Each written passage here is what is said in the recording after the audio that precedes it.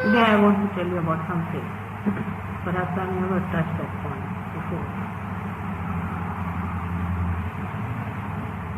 But I have not talked about it. That is other. It is about the principle of Brahma.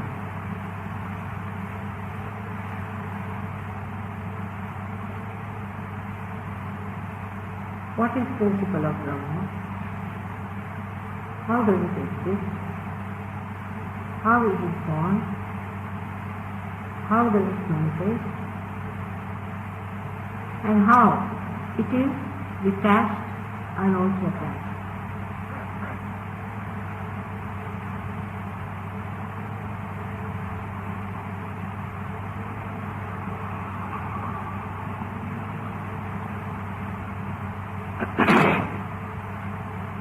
The principle of Brahma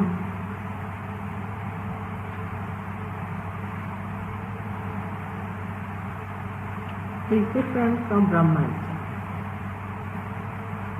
in description.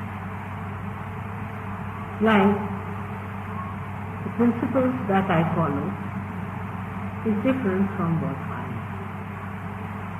It's a very subtle subject and requires real meditative attention. So all criticism of your mind, please put them off and get put up your shoes. Have you put up your shoes already? Please. And just listen with little subtler attention, please. Can you come forward? You all can come forward so that those will be coming later can come later. Come later. I think better thing is to come forward. My chair. It's better to come forward, yeah.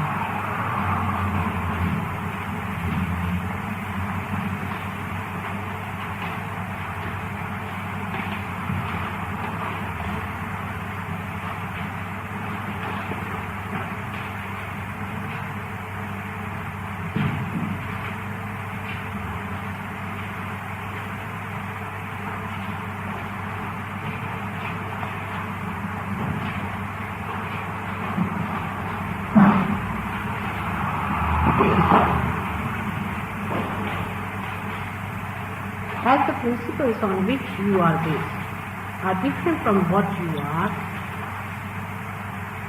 in the same way, the principle of Brahma is different from the Brahma itself, but is the Brahma and contained in the Brahma. But the Brahma itself is sustained by the principle.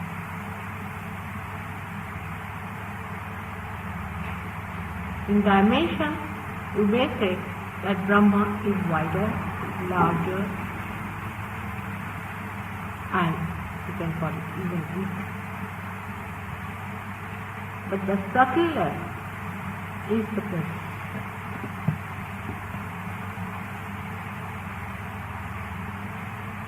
This principle exists in Brahma at the beginning of the universe, of creation. At the very beginning it exists, but as it is an eternal plane of creation, destruction, sustenance between, as in Sanskrit they call it sthiti, stage of performance you can call it. In all these three stages, Brahma principle changes according to the container that it has. Like here the light looks like, the shade looks like of the shape of the cloth that is covering. Looking like is the mind, is the illusion. Something that looks like something which it is not.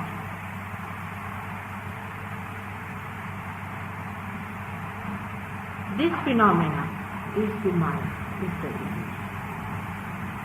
So the principle acts, pulsates the Brahma, and in the Brahman exists all the power which later on manifests the creation.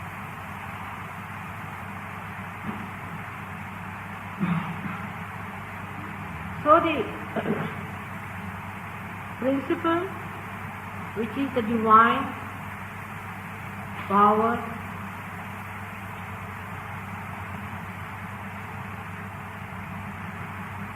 the aura of that,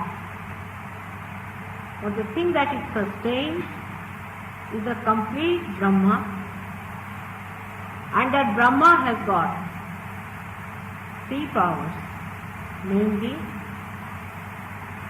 one of existence, second of creation, third of sustenance.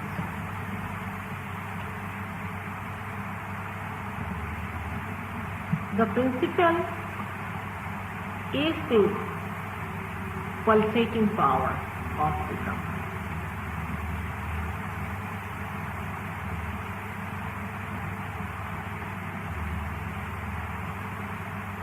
And it is represented as Om. When we say Om, this is used also in the Christian prayer as Amen. It's the same as Om. There's no difference. When we say Om, actually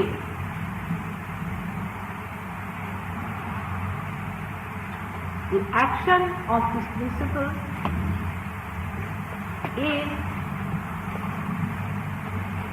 in the form of Om, like this, which is written on your forehead, if you can see it inside, in that way here. This principle is the, you can say, the fetus. This principle is the fetus of the divine power. Then the same principle, or you can call the seed, then it divides into three channels and enters into the creative, sustaining and the existing power of the Brahma Tattva and manifests. We haven't got any improvised to have shown you, but it permeates, just like the rivers flow and permeate in the soil and nourish it. In the same way, this principle of Brahma flows, permeates, pulsates and nourishes the surrounding area of Brahma.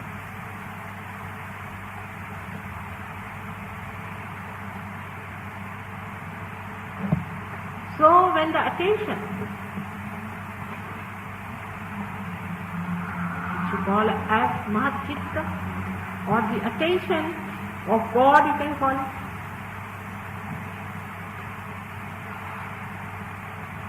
is on this principle,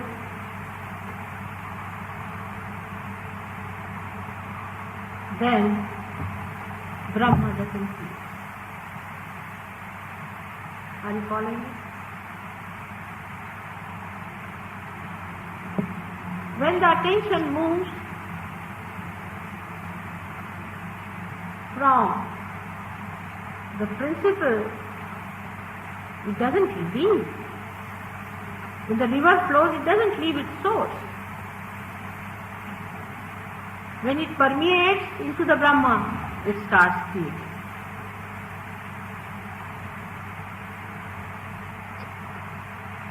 This principle is detached as the light or the electricity inside this globe is detached.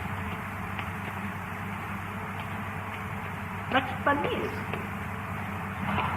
It may permeate through it It may permeate into this room, but still, it is detached. I wouldn't say there could be any proper simile for Brahma, because that's an absolute stuff. And an absolute cannot be compared. As they call it atula. It cannot be compared. So now people think, then what is God? Question comes in.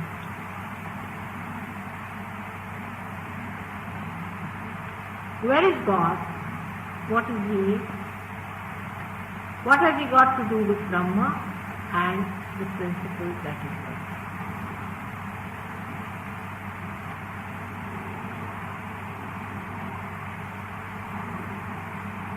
God is the principle. He is the attention. He is the joy. And He is the. And the Brahma that surrounds it is His power permeated, enlightened by His. The same Brahma has got a capacity to get itself transformed into the creative, sustaining, and we call it existing or destructive powers. We can see a small little seed, how it manifests a tree. We never think, from where do the seeds come out? From where does the root come out? What creates the flowers? What gives it the fragrance? For the seeds do not have any fragrance.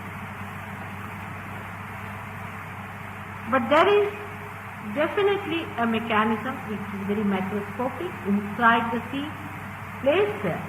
And seed is the form where there is no movement, no manifestation, no creation. In the same way, Brahma can be in seed form. So, the sustaining power within us, or the creative power within us, or what you call the destructive power, or the left side power, which we call as the astikva, is the existing power. All these are manifested by principle of Brahma, but by themselves they are not.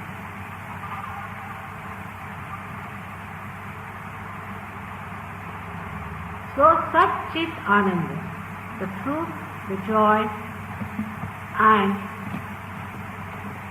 attention. The nature of Brahma, which is this, is God.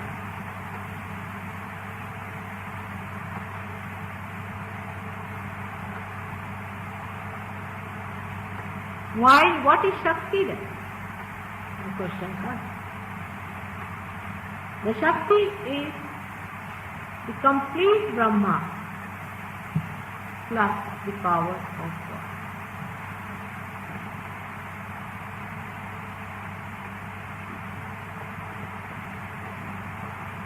Like the cotyledons in the sea, the premiole in the sea, the cotyledons support it.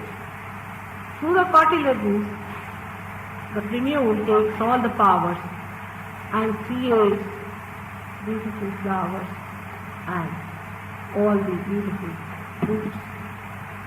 The roots also are created. The food is given by cotyledons. It sustains. Out of this, the principle that does it, the generating power, the germinating power that is in it,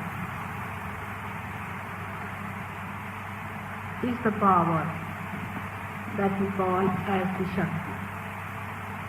But in a seed, which is a material thing, it has no awareness to do it.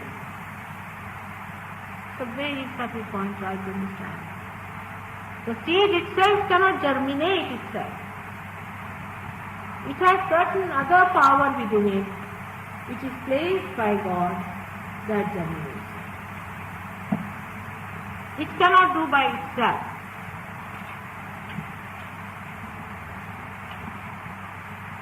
That power is for God in the seed and also in the plant. The germinating power is the Shakti. That power which makes it do it, but the seed is not aware of it. When you reach to the human stage, you have to know that power, and you have to be aware of that power, and that is self-realization. The power that has created you, the power that has given you all these three powers, Ida Nadi, Pingla Nadi, all Kundalini, everything. The one which is the desire of all that.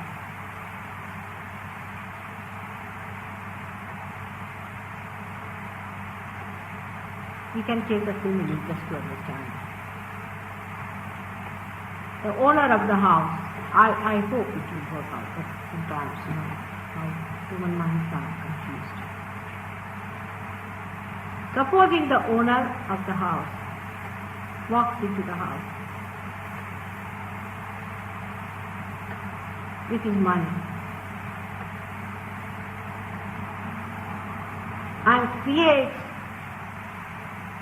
everything that he wants to do about his house.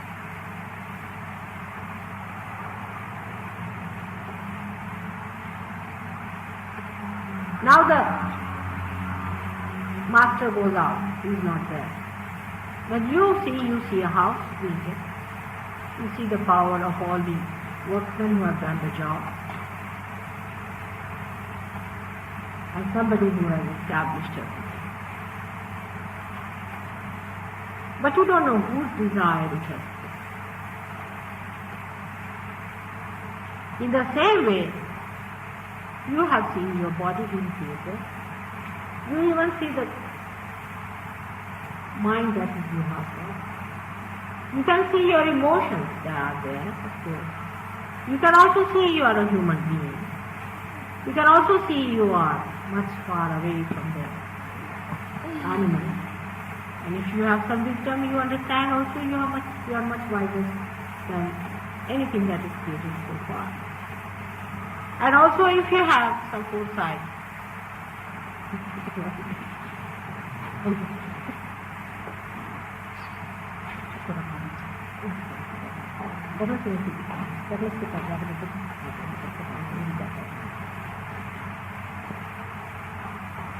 but the power of desiring power, or we can say the projecting power, or the one who is the owner of all that, the owning power. I mean, I don't know how you understand a master of the whole thing.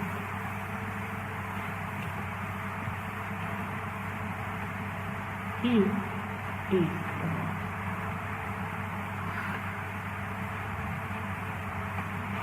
And then his power of desire, Mahakali's power, is his desire, then manifests everything else. His desire to manifest is Mahakali's power that we see here on the left hand side, manifested in the human being as Nirmala. Creates all the rest of the universe and everything later on. But first is only the desire. But the one who desires is in us, he is placed in our heart, away from all this.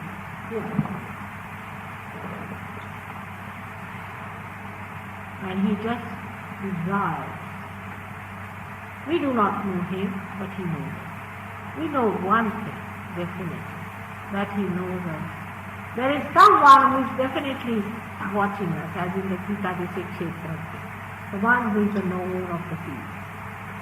The knower of the field is there. Once you also become the knower of your field, you are self-realized. This is self-realization. When people talk about self-realization cheaply, I'm really shocked. The way people are sticking to their hands. Such a revered subject. And just tries to mold it for making money. Just think of it. From that level, this level is good too. I mean, this only human beings can do, I can tell you. Nobody can do like this but human beings. Even if they are Rakshasas, they know that this is divine power and you cannot misuse it by any chance.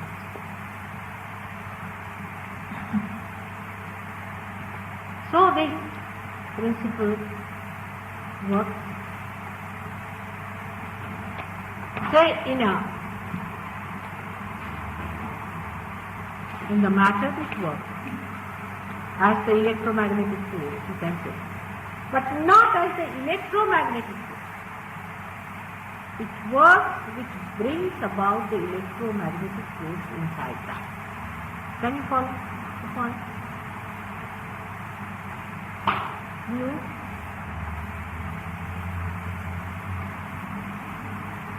Say here is electricity, but the one who sends the electricity is the person. And he is aware of it. Till you reach the stage of self-realization, you are not aware of it. You cannot control it. You cannot work it out. It works by itself.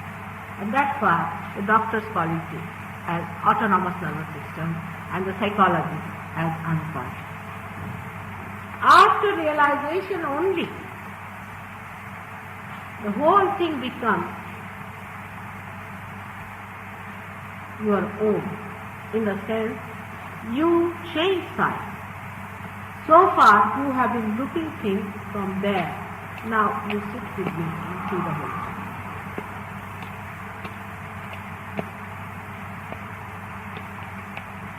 But this principle of Brahma lives in its mood. It can be in such a mood that it has no duty at all. It has no duty. It just exists. It has no duty. It is not the duty of an owner of a house to do something about it. It is his whim. If he wants to do, he'll do it. Otherwise, he'll live like a hermit. He has no duty. I hope you understand the meaning of the owner. Because if the human laws are funny, whatever you may be the owner, still you can't do many things. But if you can think of an absolute owner of a place, absolute owner, yes, very true. They're smiling, but in upstairs they had a freehold house. We couldn't cut the tree, we couldn't plant the tree, we couldn't do this to the hedge, we couldn't do that. But he is an absolute owner. Absolute owner. Understand the absolute word. Where no law but his own laws work.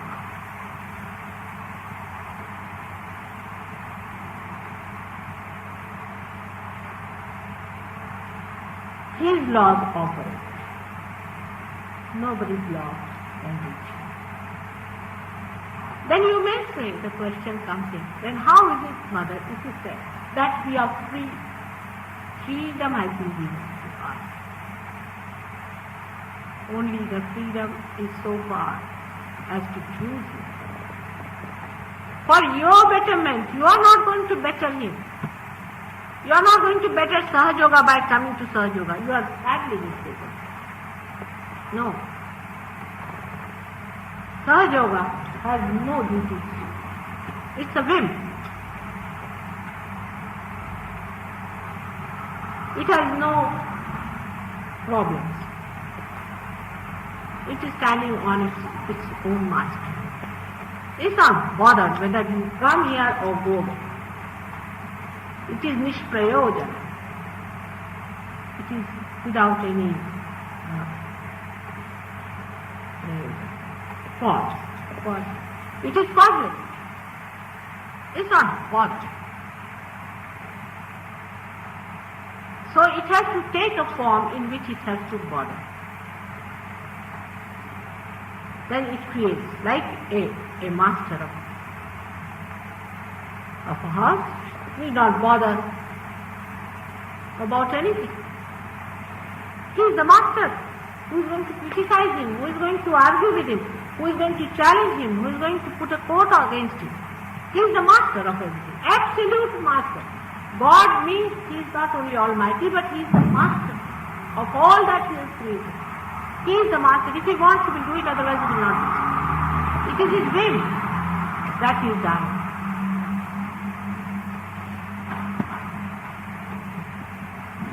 So He is not bothered.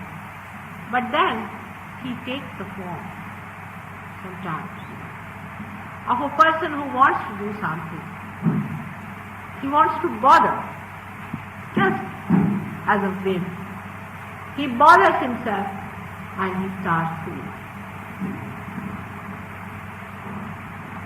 And he creates.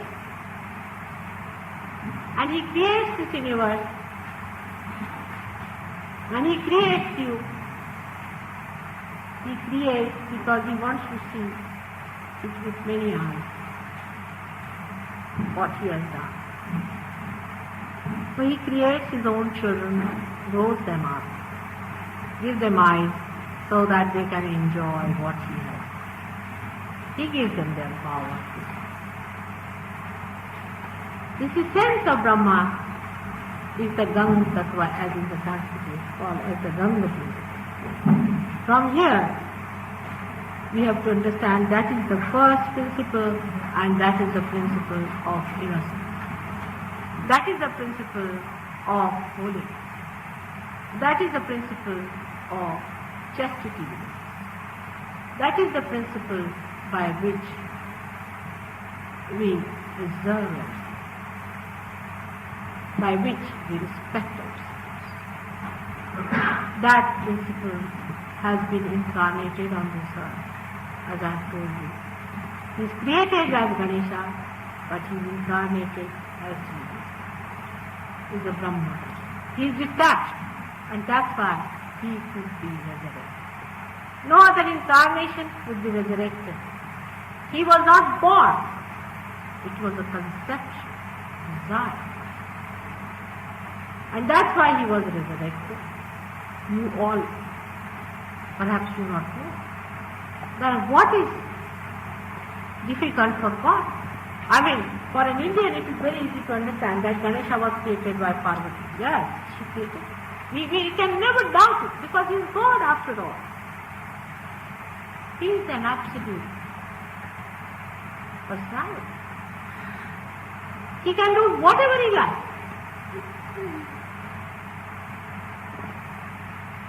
Of course, he does something that is intelligible to your mind. Tries. But if he has done something which is not intelligible to you, should not be discarded as something mythological or something out of the blue, not to be believed, because if you say that, then aren't you the most absolute people to judge?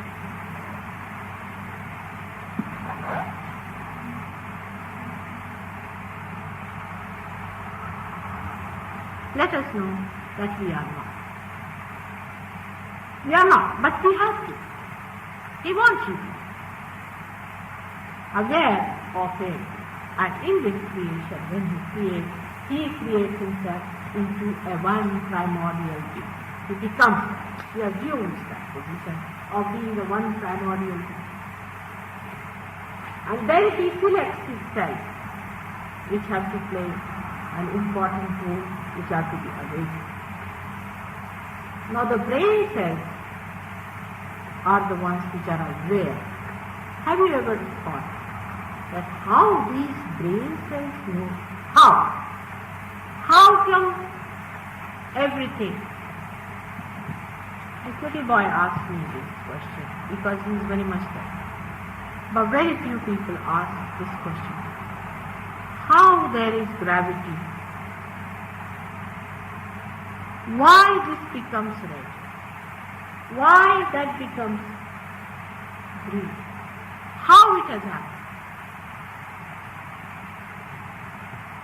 Who has done it? We take things for granted. everything for granted. That's the only trouble with human. Taking everything for granted.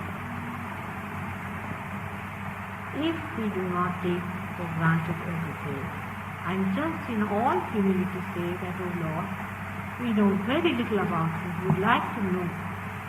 He takes you up and makes you sit in His brain, so that you become aware of the powers of His brain, of His heart. From where He loves, where He is the ocean of compassion, you become a drop in that ocean. And you also, with your waves, you jump up and down and enjoy that compassion of it. Just a drop you are, but you are the ocean. This is what explains what Kabira says. You see, these great people have described it, but it becomes absolutely ambiguous for you. The human rationality cannot explain all these things. So your rationality has to improve onto vibratory awareness. You have to go up to that level, minimum of minimum, to understand God. You cannot understand His ideas. So don't come out here with ideas that you are going to give something to God. No. You have to take it. You cannot do anything. But in your humility, you express yourself. You like? The master loves when a little child brings some flowers for him. When a little baby brings, say, flowers for the mother likes. Not like, but in Sanskrit there was Kautukam. I don't know, there's no word in English for that, I'm sorry. Kautukam is the happiness, the joy that one feels when he sees his child come out. When the person sees the child returning the love, in its small way. After all, children are, what are they going to do? Like this one, you see, one day he brought 2 tea for me. He says, grandmother, you can buy a sari with me. Yes, you better keep it. He found somewhere. He said, I haven't earned it, but I've got for you. So you can keep it and buy it. Then the feelings that come into mind, they are the Kautukam. The feeling that comes within at that time in a mother's heart is the Kautukam. The sweetness of it, the beauty of that, you cannot understand by your dry rationality, which can make you parched completely. It has no feelings, it has no sensitivity, nothing. Oh God, this ego, I tell you, this so-called ego has really parched human beings completely. All the beautiful things that have been flowing, all the sensitivities, horrible books and horrible things that people have taught you have really finished all that beautiful that was there. Such beautiful flowers were created with such beautiful fragrance to be emitted, have been parched completely, I feel, by this foolish ego of human beings, which is so limited. It was given to you just to understand the truth. But you have covered yourself completely with that mask. And it's such a difficult thing, I find. Such a difficult.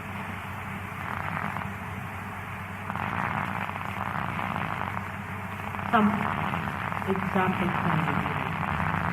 A boy came to see me one day with a friend who is a very great surgeon here, who is not here today. And he is, I would say, just to please the Sahajogi, I said, all right, I'll take him out. We found the boy had a terrible weight with him because he had done something horrible, absolutely horrible. But I told him that you have a date and it's forgiven, so give it up. Try it, try. But nothing worked out with him. So egoistic, and such small thing he was. I mean, if he was anywhere near the truth, I would have understood also that he thinks that he should get it or do it.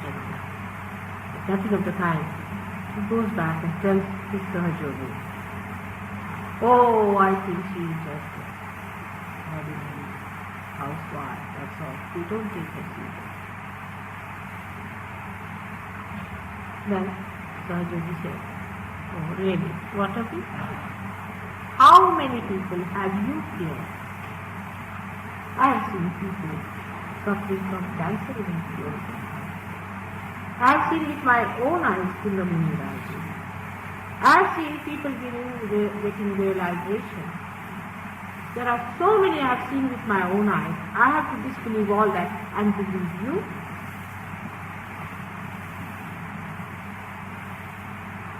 I never knew that you were that people.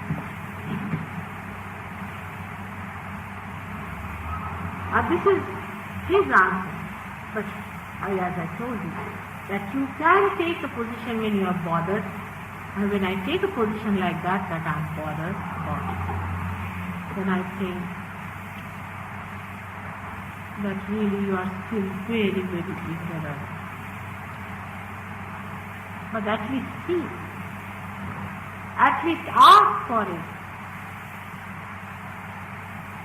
and it should be done, because the creation has to be completed, it has to be fulfilled. And you have to know the meaning of your being. You have to know why God has created you and what are you. That is the mind. People waste their time. There's no time to be wasted anymore, I can say. In the West, such a wastage of time, I find. Same in the East. They are doing what you have done before, like they are trying to build bridges and they are trying to do now underground trains. And those who have done it are now committing suicide. Between these two ends, where do I stand sometimes? I start looking at my face. What should I do with these extremes that are there? So please also put your Mr. Ego outside people's shoes, so it will work. If it does not work out, that's not my concern. Not is my problem. It is your problem that it has not worked out.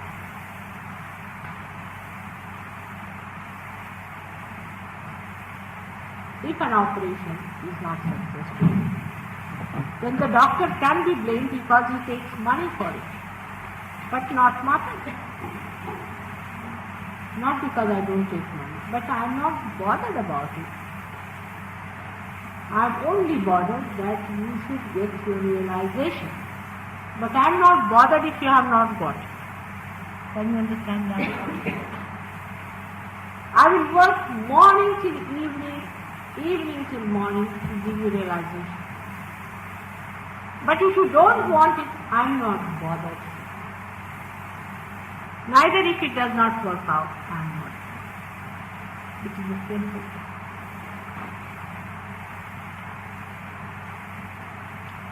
This is the only difference between a mother on this earth and I, the mother,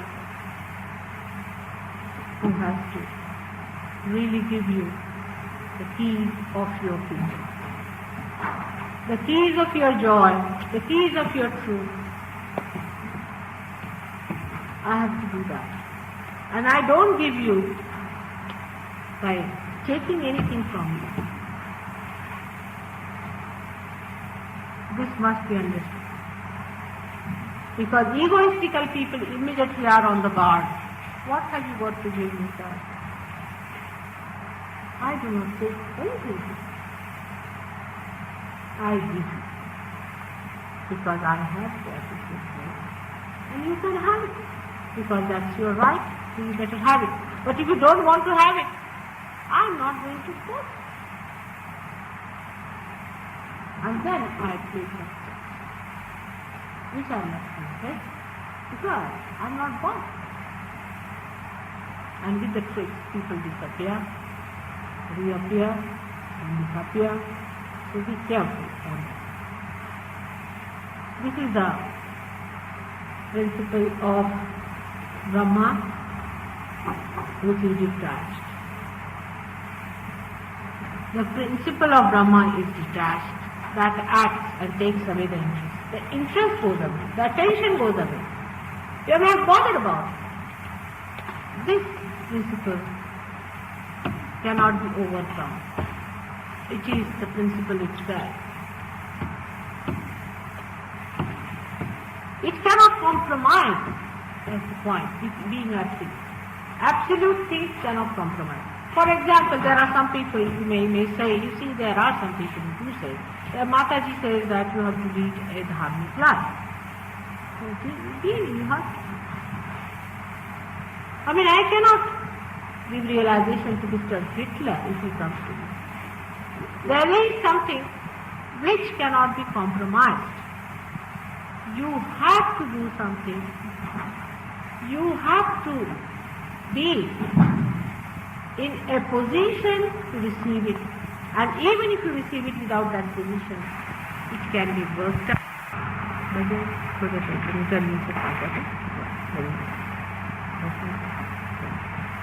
It is also not the principle that goes out of the way to demand something. No, it doesn't. To a point or not, but it won't. But it is such a living principle, the beauty of living principle, I would say, which perhaps you know it, but you do not know.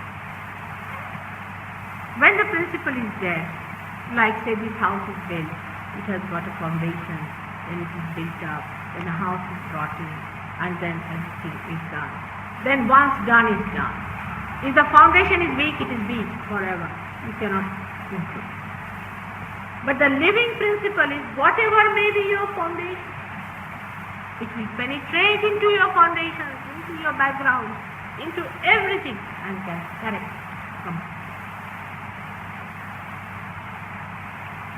You just ask for it.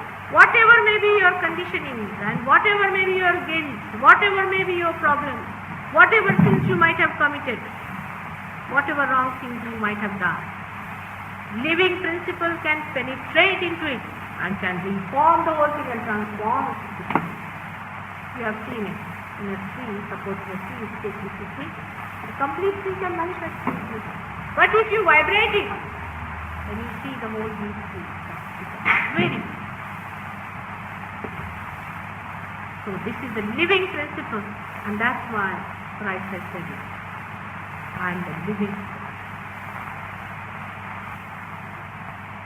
This is the difference between the living principle which enlivens or awakens every part of your dead chakras, every part of your dead psyche. It awakens, it cures it, it purifies it, it absolutely neutralizes all that is filth, dirt and ugliness, all that is called as sin. It doesn't stop, it works. But you have to just ask.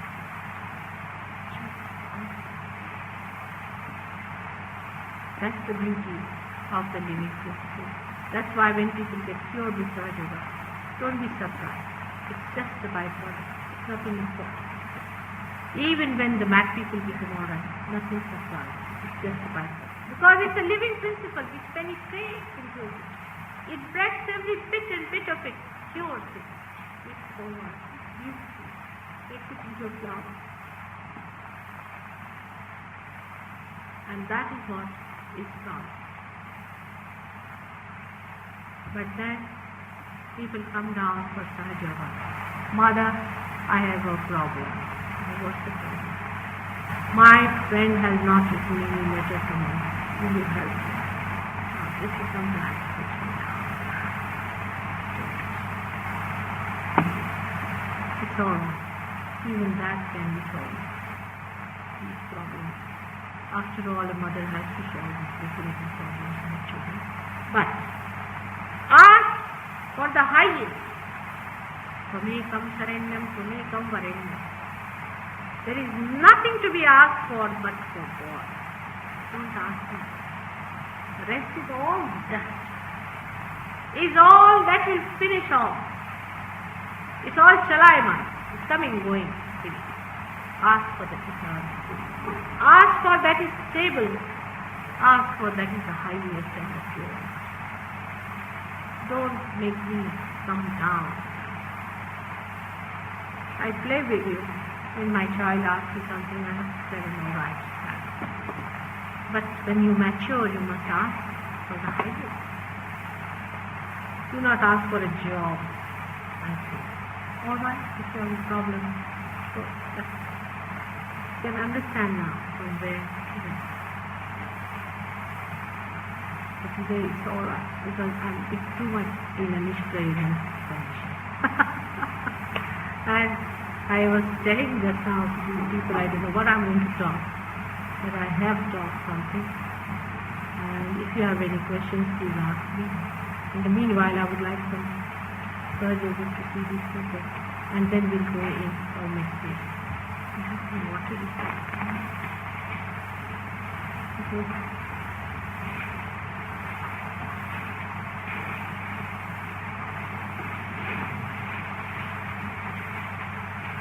Can you see these people now? They're just going to one of the patients that are there. बेटे तुम लोग के हाथ में ठंडा तारा कुछ ऐसा रखो ऐसे. All of you should take this hand like this. कैसा है? How is he? Better? Oh.